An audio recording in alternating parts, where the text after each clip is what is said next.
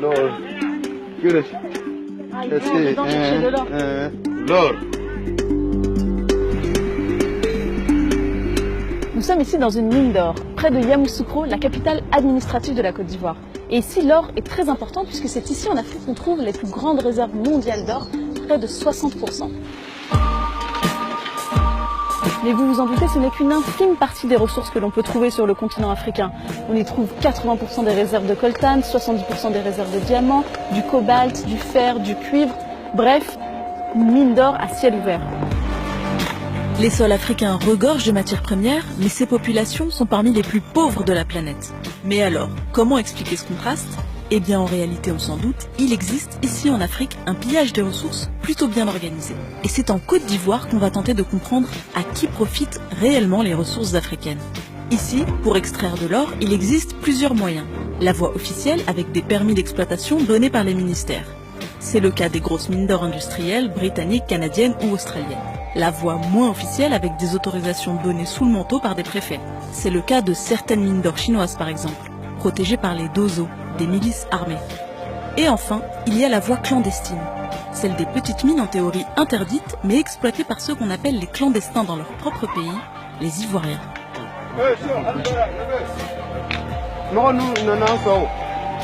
Faites sortir mon caladin là, mon caladin. Regardez dedans là, mon caladin là. Envoyez mon caladin là. Vous n'avez pas de matériel à part les...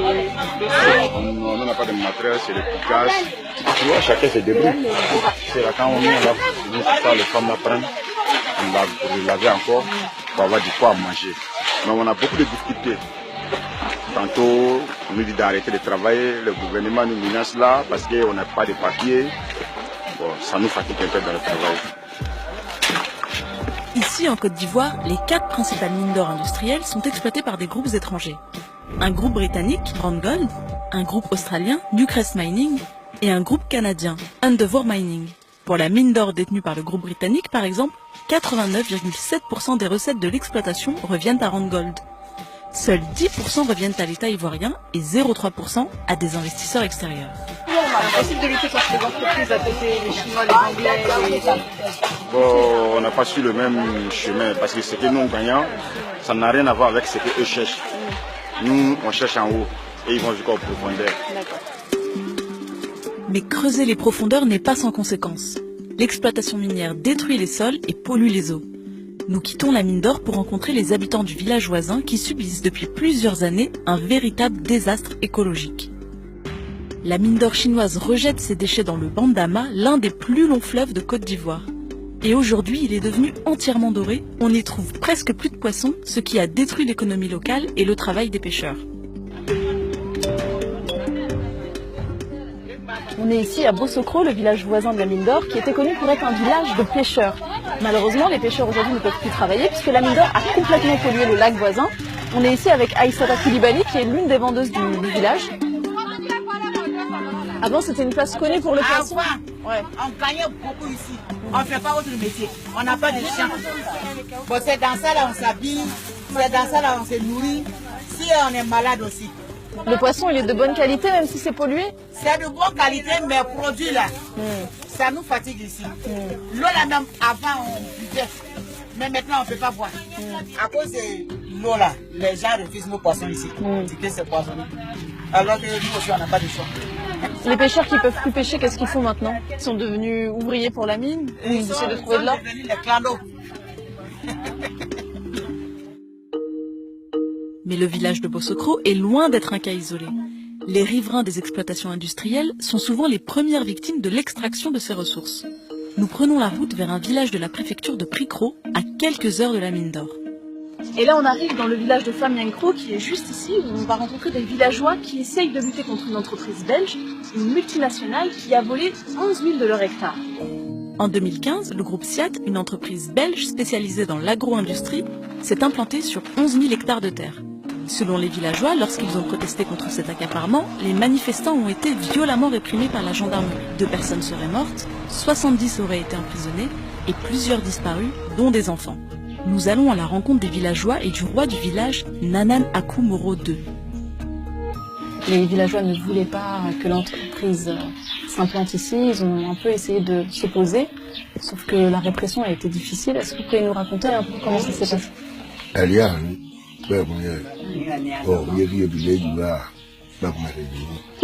Donc ces terres, elles vous appartiennent à vous? Elles appartiennent au village? Mais ils ont acheté avec qui? Et vous utilisez, c'était des terrains qui étaient utilisés pour l'agriculture, pour se nourrir? Et comment vous faites aujourd'hui?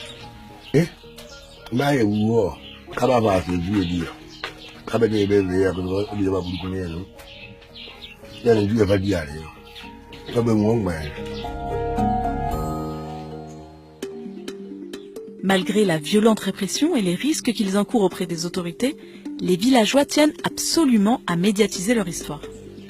Pourquoi est-ce que vous êtes contre les VA?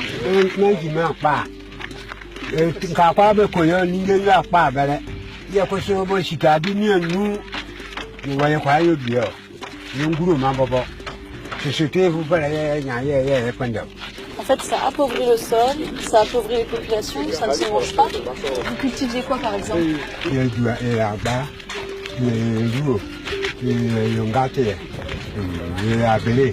Donc il y avait une économie locale. On avait une économie spéciale pour nous-mêmes. Pour ce village, on a fait ça de soi-même. En fait, on lutte à ce que nous ayons le terrain. C'est toute notre ambition. Ça. Si jamais nous avons le terrain demain ou bien après-demain, on saura ce qu'il faut faire. Vous voulez récupérer votre terrain? C'est l'objectif, c'est qu'on vous rende votre terrain. Tous les villageois que nous avons rencontrés ont insisté sur l'aide que les médias pouvaient leur apporter. Ils savent que c'est aussi l'absence de couverture médiatique qui a permis ces abus. Vous allez nous présenter qui? Celle-là, c'est notre maman. C'est la doyenne? Ouais, c'est la doyenne qui ça. Bonjour. Elle aussi, elle a été en prison. C'est une femme qui est handicapée, totalement handicapée. Elle peut même pas marcher. Bonjour madame. Qu'est-ce qu'ils attendent de vous? Que tout le monde parte? Qu'est-ce qu'ils veulent en faisant tout ça? Que vous leur laissiez toutes les terres et que vous alliez ailleurs?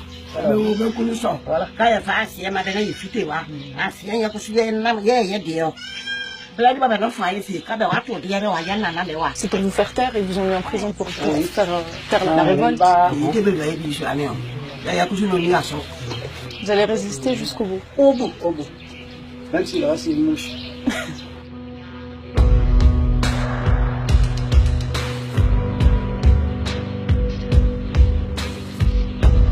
Là, on est avec Anderson Djedri, qui est journaliste ivoirien et qui a beaucoup travaillé sur la question de l'accaparement des terres. Nous, on a essayé de contacter SIAT. Ils n'ont pas voulu nous répondre. Toi, tu as essayé de les joindre aussi pour tes sujets. Ils t'ont jamais répondu. Moi, ça ne m'étonne pas qu'on ne vous réponde pas parce que globalement, on ne veut pas que... Moi, je pense que ce qui se passe ici soit su par le grand public. Non seulement ceux qui ont perdu les champs qui étaient sur ces parcelles qui ont été... Parce que leurs champs ont été détruits au moment où l'entreprise venait s'installer. Ils n'ont pas été dédommagés, indemnisés pour ça. En plus, les populations disent, par exemple, qu'ils ne bénéficient pas de retombées. C'est-à-dire qu'il n'y a pas d'investissement dans le développement local. Ils ont tué l'économie locale, il n'y a eu aucun dédommagement, et il n'y a eu aucune compensation derrière, il n'y a eu aucune construction. L'investissement qui devait plutôt apporter ce développement fait sortir la population de la pauvreté, créer des emplois, en train de créer un effet inverse. C'est-à-dire qu'au contraire, on est en train de créer davantage de pauvreté ici. Plusieurs questions sur les investissements étrangers se posent. Si lorsque des entreprises s'implantent, et notamment des entreprises étrangères, elles appauvrissent les populations locales, pourquoi le gouvernement les laisse faire? Direction Abidjan pour en parler avec la Banque africaine de développement. Et nous sommes ici à Abidjan, dans le quartier d'affaires, le Plateau, où nous allons rencontrer l'un des 7 vice-présidents de la Banque africaine de développement. Comment est-ce qu'on peut expliquer ce paradoxe entre la richesse des terres et la pauvreté des populations? Dans certains projets comme les gros projets d'infrastructure, ces projets d'infrastructure appuient l'ensemble de l'économie. Nous avons 5 grandes priorités. La première priorité, c'est d'éclairer et d'alimenter l'Afrique en énergie. La seconde priorité, c'est de nourrir l'Afrique. Je vais parler des autres plus tard. Nourrir l'Afrique, feed Africa. Alors si je peux juste, pardon, parce que c'est très intéressant.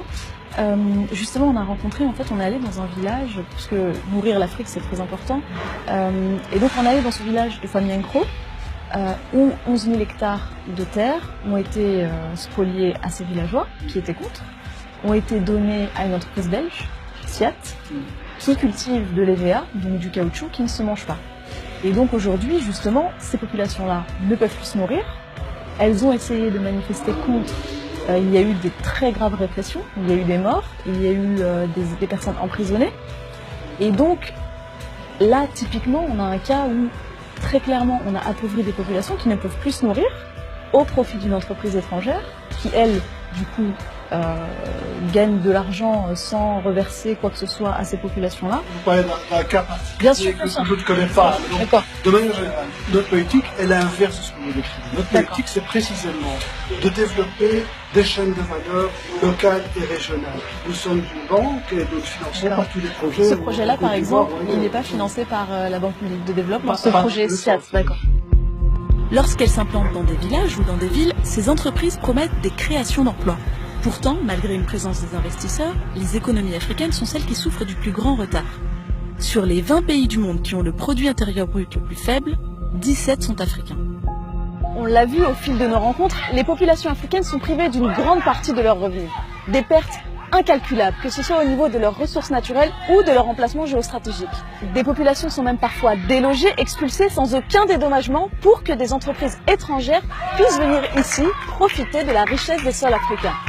Et ce qui est d'autant plus grave, c'est que ce pillage de masse ne s'accompagne même pas d'un dédommagement qui permettrait aux populations locales de vivre dignement. Certaines parties du continent continuent de s'appauvrir alors que le lieu même où elles vivent permet d'enrichir des multinationales du monde entier. À qui profitent réellement les ressources africaines? À tout le monde, sauf celui à qui elles reviennent de droit, le peuple africain.